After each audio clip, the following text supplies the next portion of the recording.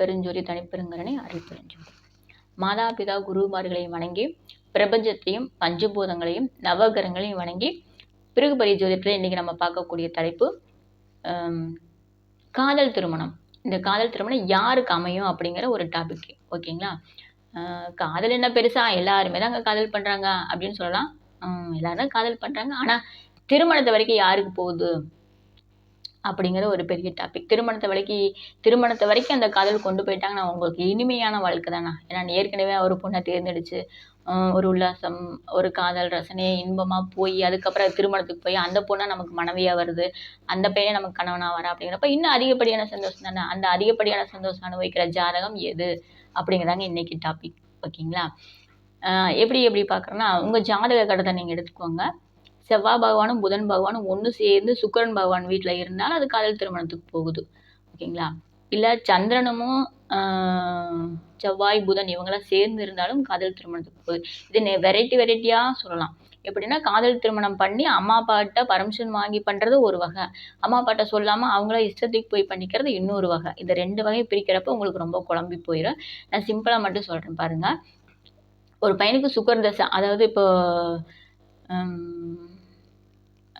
கேது பகவானோட தசை, அதாவது அஸ்வினி நட்சத்திரத்தில் பிறந்தவங்க, அஸ்வினி நட்சத்திரம், மக நட்சத்திரம், மூல நட்சத்திரம் பிறந்த பெண் குழந்தைகளாகட்டும் ஆண் குழந்தைகளாகட்டும் அவங்க பிறக்கிறப்போ ஒரு 6 வருஷம் கேது தசையில் பிறந்திருப்பாங்க. சம்திங் கொஞ்சம் முன்ன பின்ன இருந்தால் கூட அடுத்து அவங்க வரல 20 வருஷ தசை வந்து நம்ம சுக்கிர பகவானோட தசையே வரும். அப்போ சுக்கிரன் யாருன்னு கேட்டால் அவர் தாங்க நம்ம என்னென்ன சந்தோஷங்கள் எல்லாம் அனுபவிக்கிறோமோ அந்த சின்ன சின்ன சந்தோஷங்கள் அனுபவிக்கிறதுக்கு கூட நம்ம சுக்கிரன் இல்லாமல், ஏன்னா நம்ம சிரிக்கிறோம் அப்படின்னா கூட அங்கே சுக்கிரன் வேணுங்க. ஒரு அழகாக பேசுகிறேன். இன்னைக்கு டாபிக் என்ன? காதல் திருமணம். இந்த காதல் திருமணத்துக்கு பேச வைக்கக்கூடிய கூட சுக்கிர பகவான் தான். அவர் இல்லாமல் அங்கே ஒரு வேலையும் செய்ய முடியாது. ஓகேங்களா? அது மாதிரி அங்கே அவங்களுக்கு நடக்கிற தசை வந்து சுக்கிர தசையாக இருக்கும். ஃபஸ்ட்டு கேது தசை இருக்கும், அடுத்து வர சுக்கிர தசையில் அவங்க அப்போ தான் காலேஜ் லைஃப் போயிருப்பாங்க. ஏன்னா 20 வருஷம் இல்லைங்களா, அப்போ தான் +2 முடிச்சிருப்பாங்க. ஒன்று காலேஜ் ஃபஸ்ட் இயர் இருப்பாங்க, இல்லைன்னா 10th +1 +2 மேக்ஸிமம் இந்த லைனில் காதல் வரும். ஓகேங்களா? அது அரியா பருவத்தில் வர்றது 9th 10th +1 +2லாம். காலேஜ் போய் வர்றது காதல் என்னென்னு தெரிஞ்சு வர்ற காதல். ஓகேங்க? வேலைக்கெல்லாம் போயிட்டு வர்ற காதல் வந்து மெச்சூர்டு காதல், அது செட்டில் ஆகிறதுக்கான செய்யப்பட வேண்டிய காதல். ஓகேங்களா? இது அறியாத காதல் தான் நம்ம இப்போ பேசிகிட்டு இருக்கோம். இப்போ இந்த சுக்கிரதசை வர்றப்ப அவங்க அந்த காதெல்லாம் மாட்டிடுறாங்க. அதே மாதிரி உங்களுக்கு மிருகசீரம், சித்திரை, அவிட்டம் இந்த 3 நட்சத்திர பேரவங்களுக்கு ஃபஸ்ட்டு செவ்வாய் தசை வரும். அதுக்கடுத்து ராகு பகவான் தசை வரும். ராகு கிட்டத்தட்ட ஒரு 18 வருஷக்குரிய தசை. சுக்கிரன் கூட இன்பத்துக்கு தங்க காரகன், ஆனால் ராகு வந்து போகத்துக்கு காரகன். ஈஸியாக அப்படி ஒரு விளையாட்டை போய் டக்குன்னு ஒரு காதல், பார்த்த உடனே காதல், பேசின உடனே காதல், எங்களுக்கு பார்க்காத காதல், இந்த மாதிரி நிறைய வெரைட்டி இருக்குல்ல, அந்த மாதிரி அவங்க அந்த ராகுவோட இதில் விழுந்துருவாங்க. அப்போ அங்கே அந்த லவ் இது வந்துட்டு இருக்கும். இல்லை இதெல்லாம் காதல் யாருக்கெல்லாம் வரும் அப்படிங்கிற கேரக்டர். ஆனால் அந்த காதல் திருமணத்துக்கு போகுமா அப்படிங்கிறது நம்ம வந்து 5ஆம் பாவத்தை தாங்க எடுக்கணும். 5ஆம் பாவம் தான் காதல் அப்படிங்கிறது. அந்த 5ஆம் பாவம் 7ஆம் பாவத்தோட கனெக்டிவிட்டி ஆயிருந்தால் மட்டும்தான் அங்கே திருமணத்துக்கு போகுது. ஓகேங்களா? அங்கே 7ஆம் பாவத்தோட கனெக்டிவிட்டி ஆகலை அப்படின்னா அவங்க காதல் மட்டும் பண்ணுவாங்க. இது இன்னும் கொஞ்சம் சொல்லப்போனால் ஒருதலை காதல் சொல்கிறாங்களா, அதெல்லாம் இந்த கேரக்டருக்குள்ளே தான் வரும். அந்த 5ஆம் பாவம் 7ஆம் பாவத்தை கனெக்டிவிட்டி ஆயிடுச்சு, தசா புத்தி அந்தரமும் அந்த 5-7 கனெக்டிவிட்டி ஆகுதுன்னா 100% அவங்க வந்து காதல் திருமணம் தான் அப்படின்னு நம்ம சொல்லலாம். ஏன் சொல்கிறேன்னா, ஒரு 4-5 மாதம் இருக்கும். நான் ஒரு பொண்ணோட ஜாதகம் பார்த்தேன். ஆன்லைனில் தான் அவங்க அனுப்புனாங்க. பொண்ணுக்கு வந்து மாப்பிள்ளை பார்க்குறோம், எப்போ திருமணம் காலம் வரும், எனக்கு குருபலன், ஏன்னா காலன்னு யாரும் சொல்ல மாட்டாங்க, குருபலன் வந்துச்சுன்னு தான் கேட்பாங்க. நானும் எல்லாம் போட்டு பார்த்துட்டு எப்போ குருபலன் வந்துச்சுன்னு அவங்க கேட்டாங்க. நான் சொன்னேன், குருபலனில் வர்ற வாய்ப்பு இல்லைங்க, உங்கள் பொண்ணு லவ் பண்ணுது, அந்த பையன் யாருன்னு நீங்கள் கண்டுபிடிங்க அப்படின்னு சொன்னேன். என்ன நீங்கள் இப்படி பேசுகிறீங்க, என் பொண்ணெல்லாம் அப்படி நாங்கள் வளர்க்கல, எங்கள் குடும்பம் அப்படி இல்லை அப்படி இப்படின்னு ரொம்ப பேசுனாங்க. இல்லை மேடம் உங்களுக்கு அது புரியல, ஆக்சுவலாக உங்கள் பொண்ணுகிட்ட கேளுங்க அப்படின்னு சொன்னேன். இல்லை நீங்கள் குருபலன் வந்துருச்சா இல்லையான்னு பார்த்து மட்டும் சொல்லுங்கள், அதெல்லாம் நீங்கள் ஒன்றும் சொல்லாதீங்க அப்படின்னாங்க. நான் சொன்னேன், குருபலன் வர்றது 2வது விஷயங்க. உங்கள் பொண்ணு மாப்பிள்ளைக்கு ரெடியாக நிற்கிறா, அந்த பொண்ணுகிட்ட கேட்டுட்டு நீங்கள் அடுத்தது எங்கிட்ட நீங்கள் பேசுங்க, அதுக்கப்புறம் குருபலன் வந்துருச்சா இல்லையான்னு நான் உங்களுக்கு சொல்கிறேன் அப்படின்ட்டு. அவங்க சரின்னு வச்சுட்டாங்க ஃபோனை, ஃபீஸ்லாம் கட்டிட்டு. ஒரு மாதங்க, நான் 1 மாதம் அவங்களை கண்டுக்கல, விட்டுட்டேன். ஏன்னா அவங்க பேசின ஃபோர்ஸ் அப்படி நான் விட்டுட்டேன். சரி வந்ததுக்கப்புறம் தெரிஞ்சுக்கிட்டேன்னு விட்டுட்டேன். கரெக்டாக 1 மாதம் கழிச்சு என்னை கூப்பிட்றாங்க. எனக்கு இவங்க ஞாபகமே இல்லை. அவங்க கூப்பிட்டு, மேடம் பொண்ணு வந்து லவ் பண்ணுதுன்னு சொல்லுது. இது எப்படி உண்மையா? நீங்க சரியா பார்த்தீங்களா? நான் என் பொண்ணுகிட்ட போய் கேட்கிறேன். அப்படியெல்லாம் இல்லம்மா, இல்லம்மான்னு இந்த 1 மாசமா சொல்லிட்டு இப்ப என்னங்கிறா, நான் ஒரு பையன 5 வருஷமா காதலிக்கிறேன்னு சொல்றாப்படி. எப்படிங்க எங்க குடும்பம் இதெல்லாம் சரி வருமா? நான் வேற பையன் வரன் பார்த்துட்டு இருக்கேன் அப்படின்னு என்கிட்ட அழுகாத குறையா அவங்க சொன்னாங்க. ஏன்னா அவங்க எதிர்பார்க்காத ஷாக் அந்த பொண்ணு அவங்களுக்கு குடுத்துருக்கு. அப்ப சொன்னேன், "நீங்க இப்ப மட்டும் இல்லைங்க. அந்த பொண்ணு பிறந்தற்கப்பயே இது நிர்ணயிக்கப்பட்டது. இப்ப 5 வருஷமா நீங்க என்ன பண்ணீங்க? அந்த பொண்ணோட ஒரு பழக்கவழக்கம் நீங்க எந்த மாறுதலும் கிடைக்கலன்னா, இல்லைங்க சென்னையில வேலை பார்த்துட்டு இருந்துச்சு. வந்து வந்து போவான். சரி ஃப்ரெண்டா பேசுறேன்னு தான் நானும் விட்டுட்டேன்.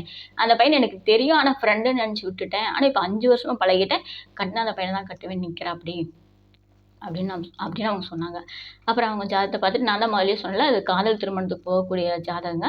நீங்க அந்த பையன கூப்பிட்டு பேசி, குடும்பத்தோட கொஞ்சம் முன்ன பின்ன இருக்கத்தான் செய்யும். நீங்க அட்ஜஸ்ட் பண்ணி கல்யாணம் பண்ணி வைங்க அப்படின்னு சொல்லியிருக்கேன். ஓகேங்களா? அது இன்னும் திருமணத்துக்கு வரல. ஏன்னா இப்ப தான் அவங்க வந்துட்டு போயிருக்காங்க. இனி அவங்களோட பேசணும். ஏன்னா காதல் அவங்க 2 பேத்துக்கு மனசு ஒத்து போனாலும், குடும்பத்துக்குள்ள ஒத்து போகணும்ல. அதெல்லாம் பேசி தான் அவங்க ரெடி பண்ணுவாங்க. இந்த மாரி ஒரு பொண்ணுக்கு காதல் திருமணம் இருக்குன்னு தெரிஞ்சு கூட பெற்றோர்களுக்கு தெரியாத வாய்ப்பு. ஏன்னா அது முதல்லயே நீங்க பார்த்துட்டீங்கன்னா நாங்க சொல்லிருவோம். இதே மாரி பழனியில ஒரு ம் ஜாதகம் வந்துச்சுங்க. பழனி தான் அவங்க. ஆ நான் என்னோட வீடியோ பார்த்துட்டு அவங்க கூப்பிட்டாங்க. அந்த பொண்ணு வந்து 8த்துல இருந்து அந்த பையன லவ் பண்ணுதாமா. நானே கொஞ்சம் வியப்பாயிட்டேன். என்னங்க 8த்துல இருந்து பண்ணுதுன்னா, உங்களுக்கு தெரியுமான்னா, எனக்கு தெரியும். ஃப்ரெண்டு மாரி தான் வீட்டுக்கு வந்து போயிட்டுருப்பான். ஆனா, இப்ப காலேஜ் முடிச்சு 2 பேருமே வேலைக்கு போறாங்க. நான் கட்டினா அந்த பையன தான் கட்டுவேன் அப்படின்னு சொல்லி சொல்றாப்படி. இதெல்லாம் நான் ஜாதகம் பார்த்ததுக்கப்புறம் அந்த அம்மா கதையா சொல்லுச்சு. ஜாதகம் பார்க்குறப்பயே நான் வந்து திருமணத்துக்கு தான் அவங்களும் வந்திருந்தாங்க. நான் சொன்னேன், "நெறைய 5, 7ஆ காட்டுதேங்க. காதல் திருமணத்துக்கு போற ஜாதகமே எப்படி நிச்சயிக்கப்பட்ட ஜாதகம் செய்வீங்கன்னு?" நான் சொன்னேன். அப்புறம் நான் சொன்னதெல்லாம் கேட்டுட்டு, "நீங்க சொல்றது உண்மதாங்க மேடம். இப்படியெல்லாம் நடந்துட்டுருக்கு. எப்படி இவங்க 2 பேத்துக்கும் சேர்த்து வச்சிரலாமா?" அப்படின்னு கேட்டாங்க. நான் உறுதியா சொன்னேன், "இது வந்து சின்ன வயசுல இருந்தே பண்ணுன காதல். உண்மையாவே அந்த பொண்ணு நெறைய அந்த பையன்கிட்ட ஒரு அன்பு ஏங்கியிருக்கும். தயவு செய்து கல்யாணம் பண்ணி வச்சுருங்க. அவங்க பேரண்ட்ஸ்கிட்டயும் பேசுங்க. இதெல்லாம் ஒண்ணும் தப்பு கிடையாது.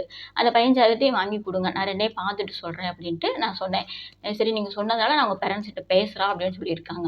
இல்ல இந்த மாரி குழந்தைய வந்து அந்த லவ் மேரேஜ், அரேஞ்ச் அதாவது அரேஞ்சா பண்ண முடியும்.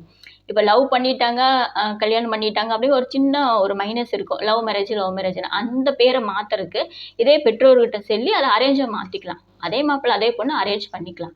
ஓகேங்களா? இந்த மாரி காதல் திருமணத்துல நெறையா ஒரு அடுத்தடுத்த ஸ்டெப் சொல்லிட்டே போலாங்க. நான் ரொம்ப சுருக்கமா சொல்றேன். இந்த மாரி சூழ்நிலை இருக்கிறவங்க தான் காதல்ல சிக்கிக்கிறாங்க. இது அந்த இளம் பருவத்துல இருக்கிறவங்க. அடுத்து மெச்சூர்டா வர்றப்போ, இன்னும் கொஞ்சம் நல்லா அவங்க மெச்சூர்டு பண்ணி பெற்றவங்ககிட்ட சொல்லி அவங்க திருமணத்துக்கு நீங்க போராடி கல்யாணம் பண்ணுங்க. ஓகேங்களா? இந்த மாரி இந்த மாரி உங்க ஜாதகத்துல ஏதாவது காதல் திருமணமா? நிச்சயிக்கப்பட்ட திருமணமா? எப்படிப்பட்ட காதல் திருமணம்? நான் காதல் பண்றேன். அது திருமணத்து வரைக்கும் போகுமா? ஏதாவது ட்ராப் ஆயிருமா? இதால ஏதாவது பிரச்சனை வருமா? பெற்றோர்கள் எதிர்ப்பாங்களா? எங்க திருமண வாழ்க்கை நல்லா இருக்குமா? அப்படின்னு நீங்க தெரிஞ்சுக்கணும் அப்படின்னா, உங்களோட date of birth, time of birth, place of birth என்னோட வாட்ஸ்அப்க்கு அனுப்பி வைங்க. நான் உங்களத பார்த்துட்டு எப்படி இருக்குன்னு சொல்றேன். ஓகேங்களா? இதே மாரி காதல் திருமணத்தில ஏதாவது சந்தேகங்கள் இருந்துச்சுன்னா, நான் அப்படிதான் ஒரு யூடியூப்ல பேசிட்டு வந்தேன். வந்தவுடனே எனக்கு ஒரு பெரிய காலேஜ்லேருந்து ஃபோன் வந்துச்சு. என்னடா காலேஜ்லேருந்து கூப்பிடுறாங்கன்ட்டு, நான் கூப்பிட்டு பார்த்து ஸ்டூடெண்ட்டு. அவங்க பேசுறாங்க, நான் இந்த காலேஜ்லேருந்து கூப்பிடுறேன்னு. என்னம்மா காலேஜ்லேருந்து கூப்பிடுறீங்க? எனக்கும் உங்களுக்கு சம்மந்தமே இல்லையே! அப்படின்னு நான் யோசனை பண்ணேன். அவங்க சொல்றாங்க, மேடம் நான் அப்படி வந்து காலேஜ்ல என்னோட சீனியர் ஒருத்தர லவ் பண்றேன். இது எங்களுக்கு செட் ஆகுமா? அப்படின்னு கேட்டாங்க. அம்மா டேட் ஆஃப் பர்த் இருக்கா? நல்லா நல்லா ஒரு செகண்ட் டிகிரி படிக்கிற பொண்ணுங்க. யூஜிலாம் முடிச்சு பிஜிக்கு போற பொண்ணுங்க. சரிம்மா உங்களோட டேட் ஆஃப் பர்த் குடுங்கன்னு நான் போட்டு பார்த்துட்டு சொன்னேன். அதுல கொஞ்சம் மைனஸ் தெரிஞ்சது. நான் சொன்னேன், "அம்மா இது கொஞ்சம் எப்படின்னா, அ ஒரு பொழுதுபோக்காட்ட தெரியுதும்மா. பார்த்துக்கோங்க, செக் பண்ணிக்கோங்க." அப்ப அவங்க அப்பாவுக்கு ரொம்ப நிலைமை மோசமா இருந்துச்சு. "உங்க அப்பா நல்லா இருக்காரான்னு?" கேட்டேன். "எங்க அப்பா கொஞ்சம் சிரமமா இருக்காருன்னேன்." "அப்ப உங்க அப்பாவோட உடல்நிலைய காப்பாத்துறதுக்காக நீ இந்த காதல கை விட்டுட்டு, அதுக்கப்புறம் நீ பாரு. இது பெரிய மெச்சூர்டா எனக்கு வர மாரி தெரியலம்மா." அப்படின்னு சொல்லிர்லாம். அப்ப அந்த பொண்ணு புரிஞ்சு, "ஆன்டி நீங்க கரெக்ட்டான டயத்துல வந்து எனக்கு கைடன்ஸ் பண்ணீங்க. இல்லன்னா நான் இது ரொம்ப அதிகமா போய் எங்க அப்பாவுக்கும் எனக்கு என்னால சிரமத்த வந்திருக்கும். நான் அதுலருந்து மீண்டு வந்துக்கிறேன்." அப்படின்னு அந்த பொண்ணு சொல்லுச்சு. நான் அந்த பொண்ணுக்கு நெறைய அறிவுரை சொன்னேன். அந்த பொண்ணு வந்து மிருகசீரிட நட்சத்திரம். ராகு பகவான் தசை நடந்துட்டுருக்கு. ராகு பகவான் இப்படிதான் வகுத்து குடுப்பாரு. இப்படிதான் கொண்டு போவாரு. உன்னோட 7த் சப்ளாட் இப்படி இருக்கு. 5த் சப்ளாட் இப்படி இருக்கு. உன்னோட தசாபுத்திகள் இப்படி போயிட்டு இருக்கு. இந்த தசாபுத்திகள் மீண்டுச்சுன்னா, அந்த பையன பார்த்தா உனக்கு பிடிக்காம போயிரும்மா. நீ பார்த்து இதெல்லாம் நிதானமா கொண்டுட்டு போய்க்கோ அப்படின்னு நம்ம ஒரு மைனஸ் இருக்கிற ஜாதகத்தையும் வேண்டான்னு சொல்லலாம். இதே ப்ளஸ்ஸா இருக்கிற ஜாதகத்த நீங்க தாராளமா பண்ணுங்க. பேரண்ட்ஸ் கிட்ட பேசிட்டு பண்ணுங்கன்னு நம்ம சொல்லலாம். ஓகேங்களா? உங்களுக்கு 2மே தெளிவு கிடைச்சிருக்குன்னு நெனைக்கிறேன். நான் இன்னும் இத பத்தி நெறைய பேசலான்ட்டு இருக்கேன். பேசுறேன். அப்ப கேளுங்க. இப்போதைக்கு கேட்டுக்கொண்டிருக்க அனைவருக்கும் மிக்க நன்றிகள்.